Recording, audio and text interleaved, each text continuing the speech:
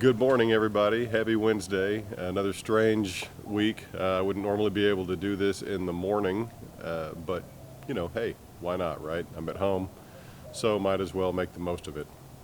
The gray pages, starting on 124, this is the gray pages for session 8, talks about how Israel was in captivity or in exile for much of their existence. It explains 5 attitudes that they had. And I'm pretty sure you can find yourself in one of these 5.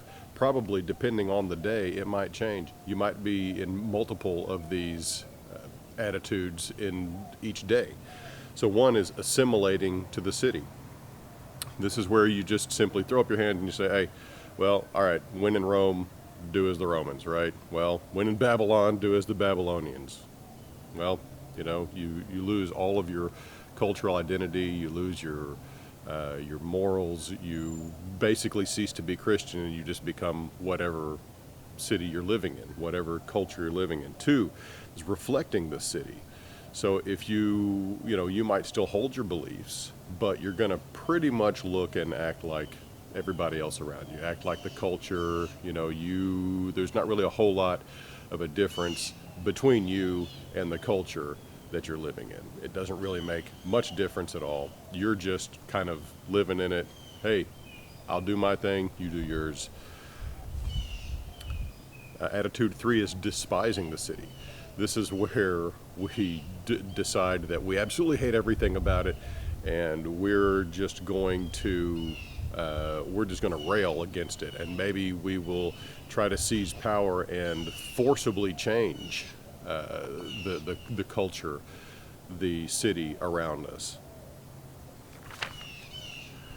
Attitude 4 is we ignore the city. We just say, look, if God's got something in store, He's going to do it, and that'll be great. We're just going to sit around and pray for it.